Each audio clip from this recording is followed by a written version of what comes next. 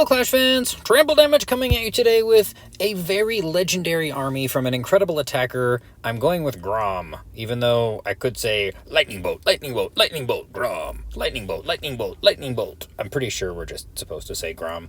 I met Grom briefly through the Sons of Guns, a very cool clan that is a part of the Clash Files family, and he travels around a lot, visits other clans, likes to jump around, but he's awesome. If one day he wanted to hang out with the good guys, I certainly would not turn him down. And this attack here that we're bringing you today is a Town Hall 15 Super Hog Rider attack with a very straightforward game plan that I think you guys are going to have a lot of fun replicating. Before we jump in, of course, the obligatory self-aggrandizement, all the great stuff about Trample Damage. Check out my Instagram and my YouTube and my TikTok and comment down below and subscribe. But more than anything, check out my podcast, Inside Clash. It is the thing of which I am most proud right now. Please give it a shot. Check it out. Lots of fun. It's just me, so you don't get like all the fun, friendly banter. But I'm super entertaining and engaging, so we've got that going for us. We're going to go ahead and jump in here. The army composition down below, because of course I'm sitting here on my stupid Town Hall 2 because I don't have any of my bases in here. And Grom was kind enough to post a boatload of replays, and this guy's absolutely killing it. Like, did a great job in this last Clan War League. And we have some box bases, some diamond bases, how conveniently labeled, some ring bases, some diamond ring bases, box ring bases. We're just going to show you 3 attacks to give you the general gist of how this army works. And we are going to start with a box-ish layout. The main thing to keep in mind when we are approaching this attack is it's basically, I'm going to say it's like a kill squad mass hog rider attack from that I used to love at Town Hall 12 and 13, only this will be a kill squad mass super hog, and they have higher, housing space, so you can't do too many of them. We are using a Yeti along with a wizard, and in this case a party wizard because they deal damage faster, to set up a nice funnel for the Barbarian King, pushing him back toward what will eventually be the center of the backside of the box. We are going to then send him with an Apprentice Warden, an Electro Titan, an Ice Golem, and the Archer Queen. Of course, the Log Launcher coming in as well. Off to the side here, we have another Yeti and another Super Wizard, or another Party Wizard, just to close off these buildings here and push the King back toward the core. The main goal here is to get, you really, really want to get the Clan Castle troops. We want to take out the Clan Castle troops and any value that we can, oh no, my Wi-Fi, and take out any value we can get beating up a core of the base. Then we're going to bring in the rest of the army. It is 12 Super Hog Riders along with the Royal Champion backed by Diggy and the Grand Warden in ground mode backed by the Poison Lizard. You can see immediately Grom is already dropping a wizard here to start the cleanup process because all of these troops are going to run right past these defenses, and cleanup is always going to be something you have to keep in mind. You'll see that we currently have 2 rage spells and 2 heal spells left over, along with 2 freeze to see us through the balance of this attack. 1 rage spell typically gets used with the kill squad on their way in, whether it's when the Clan Castle troops get popped or if it's maybe a key defense is about to go down and we need some extra push. So this part of the base taken down by the kill squad. Here come the Super Hog Riders. I'm going to zoom out a little bit so you can see what's going on. The Hog Riders are going to come pounding through, of course, and we are going to aggressively use our heal spells early on, particularly in the face of a scatter shot. Scatter shots are so dangerous to Hog Riders because, of course, they clump up. That's one of the things they do really nicely as they're attacking these defenses. We can work around my spotty Wi-Fi. I'm using my my hotspot from my phone while I'm sitting in my car recording this, so bear with me on the low quality of my production. So we have both of the heal spells are down, the rage spells down. The Grand Ward's Eternal Tome is always saved for when the Hog Riders take down the Town Hall. That is when we are triggering the Eternal Tome to allow them to push themselves through the rest of the base. Ideally, we do have an opportunity for the Wizards to continue cleaning up around the outside, the Hog Riders to continue fighting their way through the defenses. The truth is, this attack is very, very heavily reliant on the Royal Champion surviving the push with the defenses and then eventually helping in the cleanup efforts. Nearly every single one of the replays that Grom shared here, the Royal Champion is still alive at the end of the attack, taking out some of the last few remaining buildings. I know it looked like it was really easy to do, and in a lot of ways it is. The key to all of it is setting up a nice funnel for your initial approach with the kill squad. That was a box base. We're going to show you what one looks like against a diamond base. As I clear my throat. Now, briefly, thinking about the strategy, oops, I'm speeding it along. Thinking about the strategy that we just talked about, I'm going to pause here for a moment. Try to think about where you might wind up coming in with the base. Of course, if you want to think about it for a really long time, pause the video. Hey, welcome back for those of you who paused the video, and for those of you who didn't, please enjoy that brief moment of silence brought to you by Grom's Cool Attack. I actually started getting the hang of this pretty early on, and we are going to wind up coming in on this side over here with Yetis and I keep wanting to say super wizards, party wizards, creating just a little bit of pathing that will push. There it is again. It's the king. It's an ice golem. It is the grand warden. I mean, not the grand warden, the archer queen, the log launcher, and an apprentice warden pushing in toward the core of the base. We do see a Yeti over here trying to make absolutely certain all these troops continue pushing toward the core of the base. Now you will see in this one, we are not going to be getting the clan castle troops with the initial push.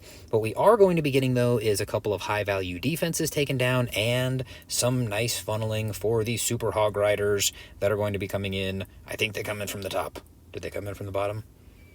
Super Hog Riders. Oh, there we go. Okay, now, one thing that I want to mention that I did not point out in the last attack.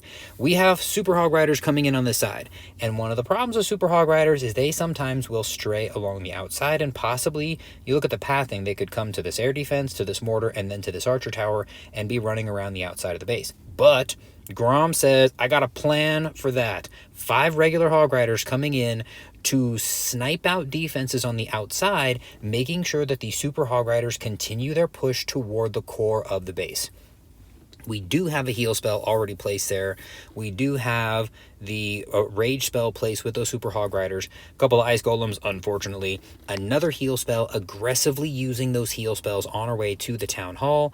And eventually we do use the Grand Warden's Eternal Tome to protect the Hog Riders, hopefully through the explosion of the town hall. And in this case, we get them covered and then they run. That's the other really great thing about using a rage spell. If you use a rage spell near the town hall, when the Super Hog Riders wind up taking the town hall down, they continue speeding away from it as it blows up so that they're not spending time trapped in the poison, where they can then run around and take out more of the base. Now in this situation here, we do see again the Royal Champion a little slow from the poison tower. She is taking out a bunch of stuff. The Archer Queen is still up and running, although she did lose her beautiful little unicorn, and she is dealing a ton of damage. This is an approach against a diamond base. We're also going to show you, I'm going to speed through the ring base. I'm going to say this, like, Grom has a lot of experience with this army, a lot of experience with this attack combination, and that experience will serve you well as you wind up attacking a variety of town hall layouts, whether it's through Legend League or through Clan War League or in your normal clan wars. And there we go, I'm trying to drag out that conversation so that I can get through my spotty hotspot stuff here. The box base, I'm going to show this one quickly. I feel like there is, and this is my own personal experience in working with Hog Riders over the years, there is definitely an instance against ring. Oh, did I hit ring base? I picked the wrong one. Oh no! Come on, trample damage, find your ring base. That's not the ring base that I wanted. Let's get out of here. We're going to go back over here to the ring base instead, where I will tell you from experience, Hog Riders against ring bases, they're tricky and they're hard, and they often do wind up involving a little bit of luck to help us get through. In this case here, I'm just going to show it in a faster speed.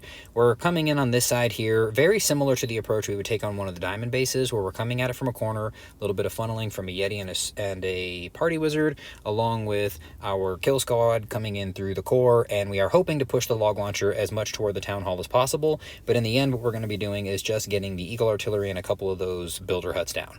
Now, at this point, Super Hog Riders about to come in on this side, and yes, we wanted to get the Yetis in there, taking out as much as they can. They are using up one of our 3 rage spells, and then here come the Hog Riders, and there are 5, of course, regular Hog Riders that usually wind up coming in on the side over here, and I don't actually remember. There they are, against the cannon. We have 2 heal spells, one of which we're going to wind up using when we get in range of this scatter shot. And then, I'm going to be honest, we get a little lucky here because of this X-bow and this wizard tower, although Grom may well have said, I'm definitely coming in this way because the pathing has been identified that it's going to pull this way for the X-bow and the wizard tower. I don't know how it happened. I don't know if that's exactly what the plan was, but the Hog Riders did get in toward the core. They did wind up wiping out the core. The Archer Queen almost makes it really far over here before she goes down, but a bunch of those hogs do survive the center of the base. They get back out and finish out this base. I think ring bases are going to be one of the more difficult pieces if you can't get good penetration, and those 5 Hog Riders on the side, getting some funneling to push the rest of the Super Hog Riders back toward the town hall. I think there is going to be a lot of practice that comes into that. A little bit of luck, which I can tell you from my own personal experience, is very helpful when dealing with some of these Hog Rider type bases. I wanted to show one more as an example of sometimes you'll wind up running into these situations. So again, same as the first attack. we're going to wind up setting up a piece on the outside where the Barbarian King can come in after having a Yeti and a Party Wizard start to funnel, which we have going on both sides simultaneously. We go right up the gut. We've got King, Queen, Log Launcher. Now, on this one here, I don't know exactly what instinct told Grom, hey, go right up the core instead of trying to walk the King across and then cut him back in. But in this situation, if you do wind up approaching these box-style bases from the opposite side, what seems to be the most effective thing from watching all these amazing replays, which, thank you, Grom, for sharing all these replays, when the Archer Queen is headed in a direction, the best thing that you can do, if she's splitting off from the other part of the army, is send the Hog Riders in on her side, because she's basically getting coverage from the King, the Log Launcher, the Electro Titan, the Ice Golem. On her way in, she's getting coverage. When you put the Super Hog Riders in on the same side as her, what you're going to do is continue giving her coverage, and she can work amazing cleanup, and then of course go after other defenses when the rest of the Hog Riders have finally succumbed to whatever has happened on the base. Both heal spells are going to be used very aggressively here on the way in toward the Town Hall. A couple of spare Hog Riders coming on the outside to help keep pushing the rest of the Hogs toward the core. Grand Warden's Eternal Tome being saved for the Town Hall. Oh no, there's an invisibility spell tower, and the Hog Riders say, everybody scatter, let's run! So the Grand Warden's Tome is triggered just to try and help them as much as possible through here. The Town Hall does manage to go down. The Hog Riders continue plowing along. You see there are 5 or 6 of them running over there. Royal Champion triggers her ability, winds up taking out the monolith, and cleanup is a genius plan. You have to try this out. I say that, I haven't tried this out yet. I've been watching these replays. I'm really excited about the opportunity. I love Hog Riders, and because I'm being very stingy on my Town Hall 15s, I'm just putting my Dark Elixir toward my hero upgrades. I haven't been practicing this, but I do have a couple of Super Troop potions, which I will definitely be using to give this a shot. Let me know down below if you are still hanging around, how interested you are in checking this out. Also, tell me your favorite He-Man toy, if you have that, or your favorite toy, just so I know who my real fans are that hang around to the end of my videos.